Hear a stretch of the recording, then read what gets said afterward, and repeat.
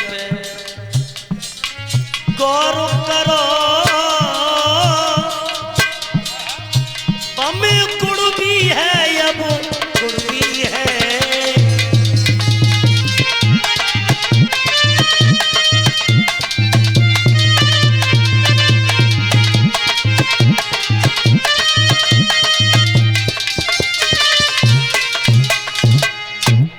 दाने के अंदर भी घुन होता है।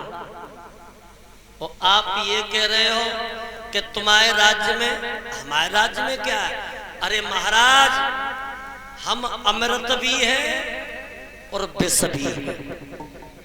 कहने के लिए बताएं, जो अच्छे कर्म करे, अच्छे विचारों वाला हो, अच्छे भाव वाला हो, कथा भागवत सुनने वाला हो, गीता रामायण पढ़ने वाला हो, उसके लिए हम हैं अमृत। और जो चोरी डकैती कत्ल वेश्यावृत्ति करता हो, उसके लिए हम क्या हैं? जहर। जहर। और महाराज तुम तो बेमतलब की बातें करते हो हैं? धर्मराज बोले महाराज ये झूठ बोला, झूठ। बता दो इसके राज्य में अरे पाप हुए कलयुग में,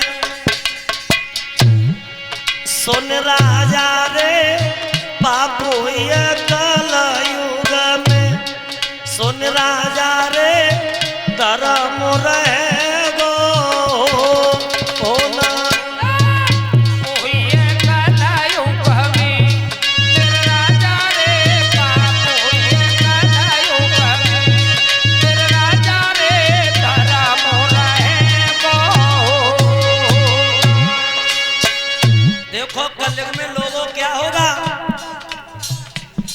अरे धर्म रहेगो ना पाप सबके दिल छावे, और सज्जन भूखो मरे दुष्ट घर मौज उड़ावे रे।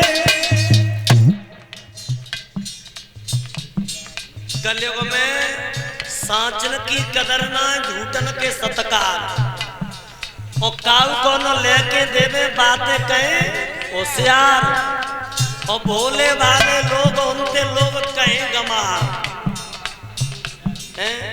और साह को बताएं चोर, चोर बने साहूकार। कलयुग में क्या होगा बता दे। अरे घर की नारी दुखी, पुरुष ढूंढे पर नारी, और अपने पति को छोड़ नारे करे और सिया रही रे। कलयुग में आदमी पराई औरत का गुलाम होगा। हाँ, अपनी औरत की बात नहीं मानेगा, पराई औरत की बात मानेगा।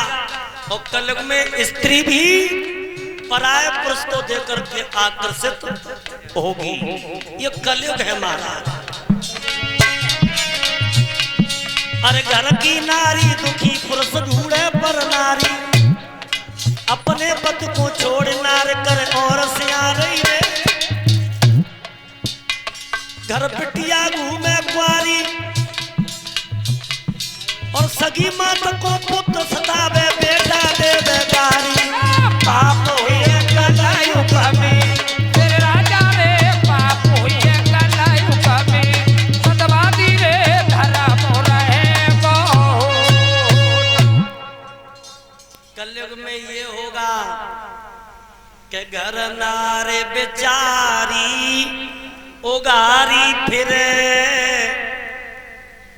और परत्रिया को साड़ी रंगीली मंगावे, और घर नारे के हाथ में चूड़ी नाए, और परत्रिया को झुमकी तुरंत बनवावे।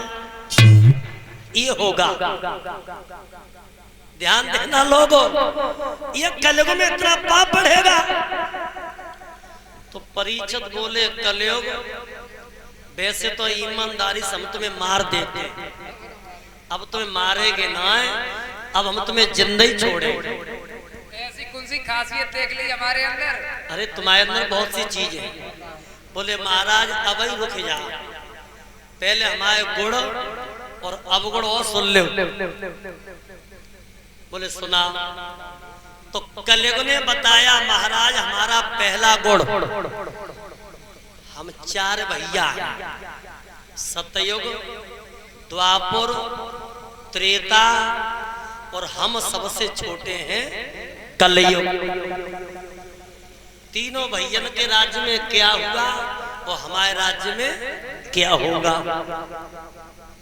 सतयुग, द्वापर और त्रेता में सिर पटक पटक मर जाते थे, और कलयुग में राम कहो मोहते आराम घड़ी में पाते थे।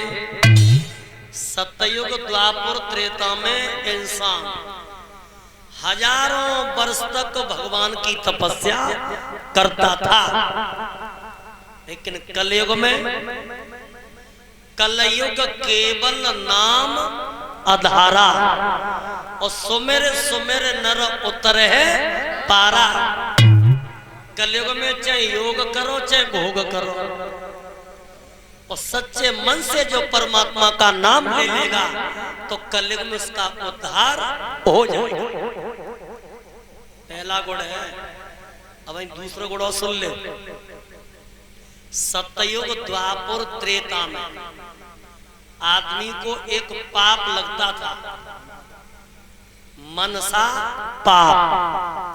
और मनसा पाप कब लगता था कि अगर तुमने मन में किसी के प्रति गलत सोच लिया तो मनसा पाप लग जाता था। और अब जा कलयुग में खूब सोचना लेकिन करना नहीं, तो सिर पे तुम्हारे पे कोई पाप नहीं लगेगा। ये कलयुग के गुण है। और अवगुण, महाराज अवगुणी मत पूछो। हमारी उम्र है 4,32,000 वर्ष, और हम आए हैं 4 चरणों में। और जब चौथा चरण होगा कलयुग का, घोर कलयुग होगा, और उस समय लोगों 7 वर्ष की लड़की के संतान पैदा हो जाएगी। आप पेपर पढ़ते होंगे, पेपरों में अभी 2-3 महीने पहले दिल्ली में एक प्रकरण आया था, 13 वर्ष की लड़की के संतान पैदा हो गई। तो अब बताओ 7 में और 13 में अंतर कितना रह गया? 7 वर्ष की लड़की के संतान जब होगी तब घोर कलयुग होगा, और तब भगवान का अवतार होगा। और उस समय न बहन भैया को देखेगी, न भैया बहन को, न बेटा बाप को, न बाप बेटा को, और न चेला गुरु को, और न गुरु चेला को। सब कुछ खत्म। परीक्षित बोले दिमाग हमारा बहुत अच्छा हो गया, अब मारेंगे ना तुम्हें, छोड़ेंगे, लेकिन तुम्हें जगह बताएं रहने के लिए। बताओ महाराज, बताओ कोई बढ़िया जगह बताइए। शराब का ठेका हो, वहां रहोगे? जगह तो बहुत अच्छी आपने बताई, लेकिन थोड़े और आगे के लिए बढ़ जाओ। जा घर में सास और बहू में लड़ाई हो तो ता घर में जाओगे? जगह तो जो बहुत अच्छी है महाराज, कोई ऐसी जगह बताओ जहाँ हिसाब से रह सके।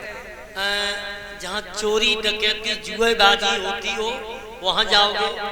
हाँ महाराज, यहाँ भी रहेंगे, लेकिन थोड़े आगे के लिए बढ़ जाओ।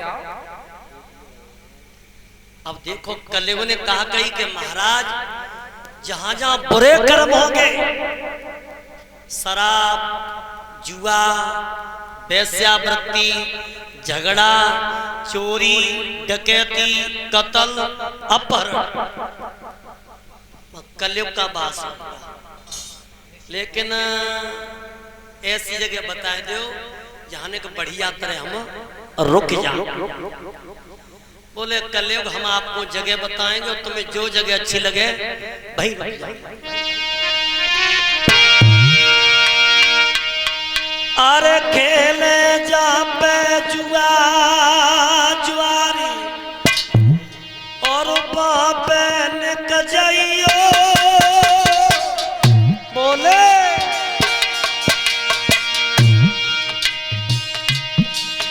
और झूठ कपोड़ी होए ध्यान बस इतनु ही लइयो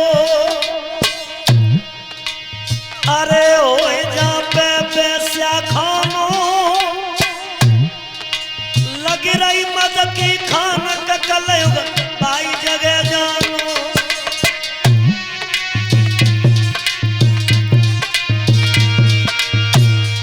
बोले महाराज नेक और बढ़ जा बोले केवल एक जगह और बासु तेरा सोने में होएगा बासु तेरा सोने में होएगा बासु तेरा सोने में होएगा अरे हरी हरी बोलो मेरे भैया जय हो करम लिखी सोई होए करो चला खो चतुरैया करो रे चहला खो चतुरैया करो रे चहला खो चतुरैया सोने में रहोगे बोले महाराज अब जाते बढ़िया कोई जगह हमें दिखाई ना दे रही तो जवाब दिया जाओ सोने में रहो परीक्षित के सामने कलयुग सोचन लगो अब जाए तो जाए कहां और कहूं ज्यादा दूर ना जाए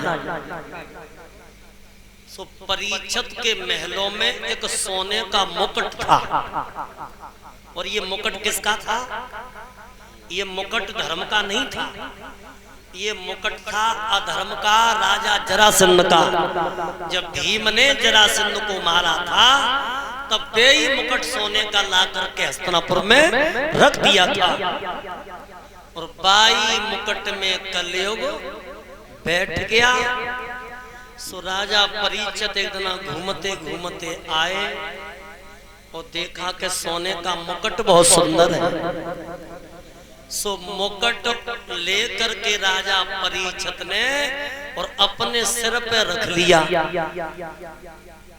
और जैसे ही सर पे रखो सोई कलयुग को मौका मिल गया कलयुग परीक्षित की बुद्धि पर बैठ गया सवार हो गया और बुद्धि पे बैठ गया तो बुद्धि को बिगाड़ दिया और भक्तों ऐसी बुद्धि बिगाड़ी कि परीक्षित महाराज उसी मुकुट को पहन करके और आज शिकार खेलने के लिए चल दिए हैं और जब शिकार खेलने के लिए चले हैं तो हुआ क्या है लोगों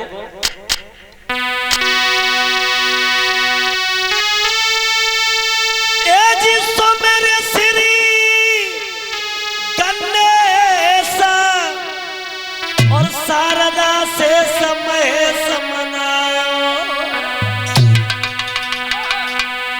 और माता पिता को सुमिरन करके देगा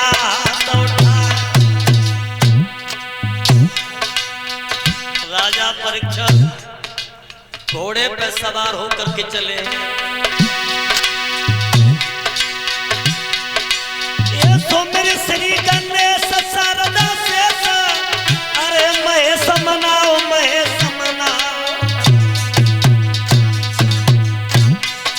और माता पिता को सुमिरन करके तेरा हाथ उठाया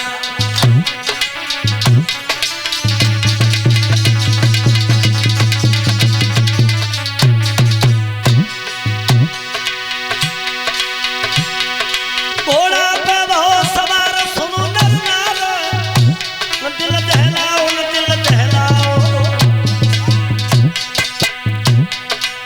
टिकट बनी में जब राजा घुसिया टिकट बनी में जब राजा घुसिया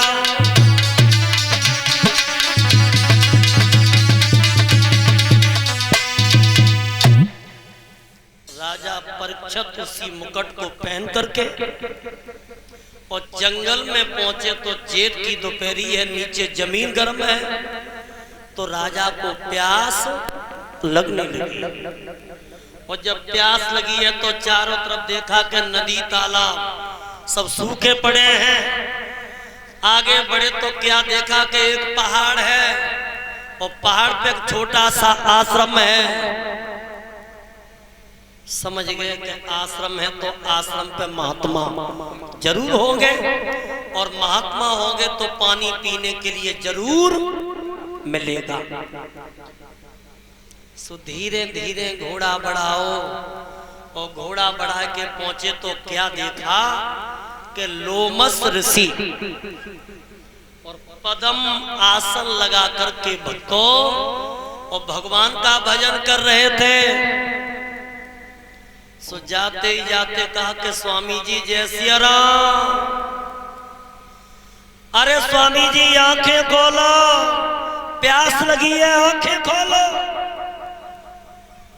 लेकिन महात्मा ने आंखें नहीं खोली।